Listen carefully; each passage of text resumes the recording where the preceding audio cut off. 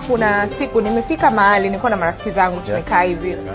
And kuna wakaka wamekaa hivi kama wakaka watatu.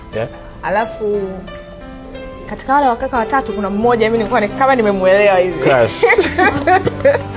So nilikuwa natamani at least hata aje anipate aniombe namba na nini. Lakini hakuja.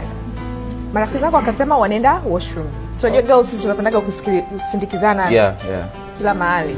Kwa mimi nikamwambia nyie nendeni tu, mimi tabaki hapo.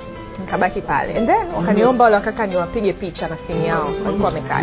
Basi tupige picha, nikachukua simu nikawapiga picha. And then yule kaka akaanza kuongea na mimi. Wow. Akaanza kuniambia, unaitwa nani? Unafanya kazi wapi na nini? Akaanza kuniuliza maswali. Okay. Kumbe he's also interested what you want. Basi akaniambia marafiki zangu akarudi.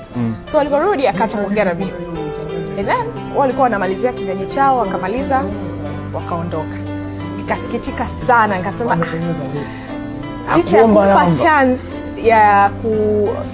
yani wakati marafiki zangu wameondoka, kama alikuwa anaona aibu angeniomba namba ule muda, lakini hakuniomba namba. Kwa hiyo nika disappointed sana.